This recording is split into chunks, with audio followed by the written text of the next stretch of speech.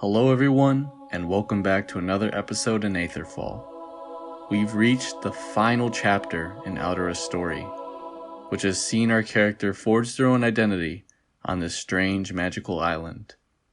There have been moments of triumph, such as uniting the people to a single cause.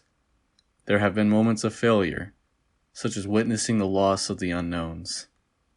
All of these moments lead us to today, where you lead all of Aldera's forces against the Omen's construct army. So, let's get started. The time before the fight begins is suspense-filled. A dense fog sits atop the waves, making for low visibility. Despite this, you sit on the water in your ship, the silhouettes of all the forces you've gathered on their own naval vessels. If you've chosen peaceful options up to this point, you'll see the ships of the Sultais, Astras, administration, fraternities, Nomanians, and more. Everyone is here because of you. Now's the time to lead them to victory. The imposing frames of the construct ships will stride into view, and the people will spring into action, frantically readying the ships for combat. The battle for Nomani is broken into two parts. The first is a fast-paced naval combat above the city, where you can jump from ship to ship using the Etherean armor. Occasionally, boats will sink into the ocean, requiring you and whoever else is on board to abandon them. At the halfway point, the fight will shift as the constructs dive down towards the city, which leads to more fighting underwater. This is where the fighting gets extreme.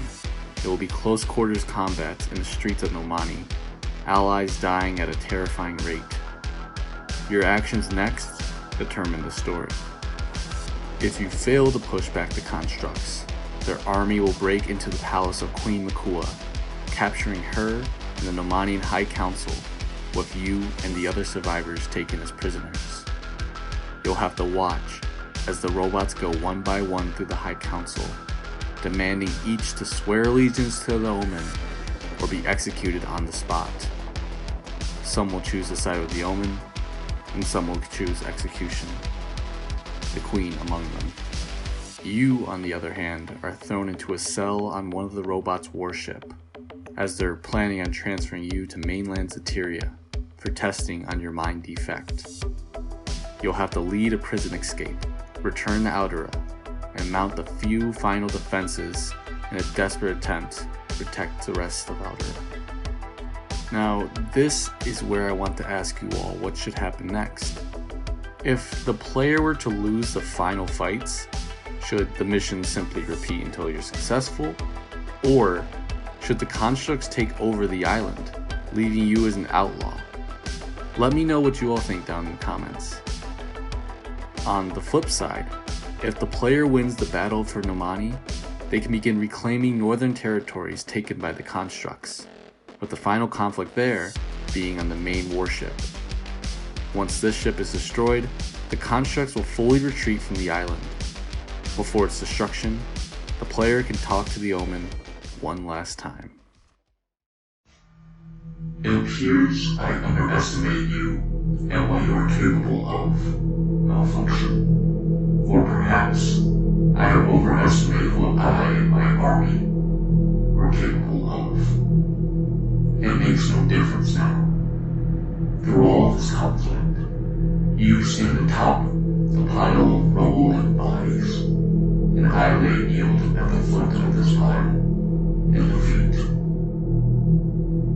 In response, you can gloat, be understanding, be angry, say nothing, or any variety of dialogue options in the face of your creator and now arch-nemesis. You can choose to simply cut off the Omen, or continue listening to their words. It makes no difference what you say. Your words are inconsequential, but your actions are not. Aldera is now an independent nation under your control, and perhaps that is for the best. With this said, I'll leave you to your country. Bye for now. You can leave there, with the Omen trapped on the doomed ship, or cut it down where it stands. This ends the standard ending of the game, with you watching the giant warship explode from Andertown. Following its destruction, you can stand before your surviving allies, declaring yourself as a leader of Aldera, or having your allies choose to anoint you as such, or decline the position in favor of Theo or other characters. No matter what, you'll be seen as a hero for the entire island for the rest of the game. For the post-game, you can rebuild the war-torn island, establish trade, and actually do things a leader of the island would do. Finally, you can return to Andertown and sit at the bedside of your old friend Connery. MK and Theo will be there as well, the town as a whole healing from the MK dilemma of the past. Connery has fallen ill and has become bedridden. He will have kind words for all of you, saying how proud he is of each and every one of you, that you're the best of all Aldera and truly exemplify what this land could and should be. Connery never had children of his own, but he felt that certain love towards you, Theo, and MK. With this, Connery will close his eyes and pass away peacefully in his sleep. This concludes the story of Aetherfall. Thank you so much everyone for joining me for these episodes. They've been a blast to make and I can't wait to make more. Looking ahead, we'll be covering the alternate endings of the main story, then diving into the mechanics of the game itself. That'll do it for today. I hope everyone has a great rest of their day, and make sure to like and subscribe as these help the channel a great deal. This has been Brian, and I hope to see you all for next time. Bye for now.